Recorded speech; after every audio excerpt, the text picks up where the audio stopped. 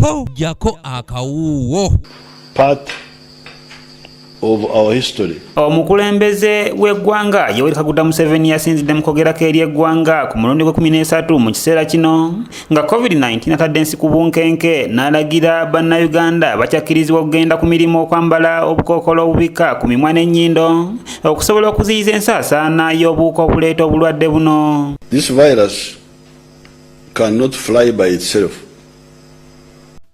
I hope my scientists agree with that. Akawuka kanafu tekasobola kubuuka kokka. Kazibwe Edward omugoba wa bodaboda agamba nti mu kitundu kye masiki teziriyo nga kibeetaagisa okugenda mu bitundu ebirala okuzinoonya ate nga tebalina ntambula. N'ekigambo kyayogeddeko ekya masiki za ssente. Omuntu wennankuwadde teriyo dduuka litunda masiki. Olina ttambula ginoonya nate oba mu kibuga entambula yazisibye. Bano bagamba nti tebasobola na kufuna ssente ezigula masiki ate nga tebalina na kyakuliisa baana waka. Masiki tugenda ziguzaaki ekisooka tetulina mmere akawunga ka gavumenti tugamba kava nakawa enakawa akawunga nako tetukalaba kyogamba nti sente ogamba masiki sente zetugenda okozesa okugula masiki nga n'ez'okulya tetulina katugenda kukola tutya. Kityamu West John Paul awagidde ekyokwambala masiki okwewala okusaasaanya coronavirus. Kyali badde kirungi kubanga era n'ensi ez'ebweru ezatadde ku bantu basinze kulembeza nnyo masiki, naye nze we neebuuliriza nti zo masiki tuziguze ki kuba kati embeera nammwe mugiraba. Ssentebe w'eggombolola mumyuka wa Kiso Felix Ssemujju agamba nti oluvannyuma lwa gavumenti okwongezaayo omuggalo kiviiriddeko abantu bangi okuggwamu essuubi era ne yeebaza ABS TV olw'okwenyigira obutereevu mu kulwanyisa coronavirus ng'esaasaanya obubaka obumanyisa abantu engeri y'okumwetangiramu. Njagala okwebaza aba ABS olw'omulimu omunene gwe bakoze mu kaseera kaffe kano aka lockdown COVID-19.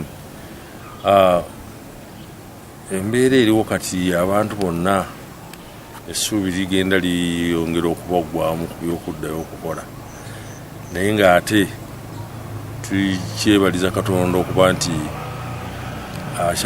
akyatukuumye ntuba nga situfunye buzibu bwonna. Ssemujju akubiriza abantu okubeera abagumiikiriza mu kiseera kino nga gavumenti erwanyisa COVID-19.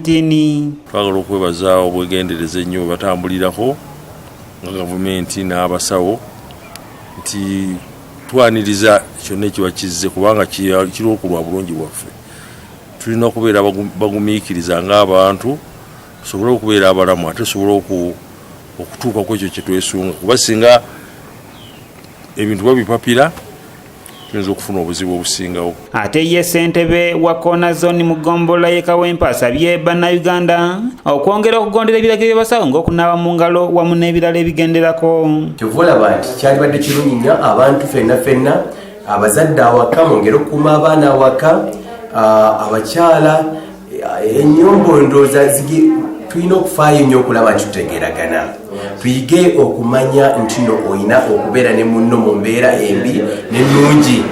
Wabula abalala bakiikidde gavumenti ensingo olw'obutafaayo kuba mufuna mpola.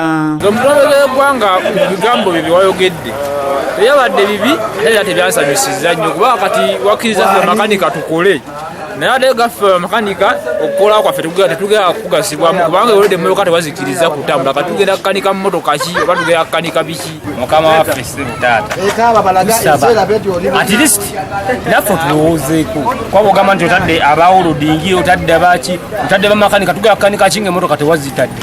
Omuggalo ogw'ennaku 21 gukomekerezeddwa olunaku olwaleero ate ogw'ennaku 14 zayongezeddwayo okutandika olunaku olw'enkya.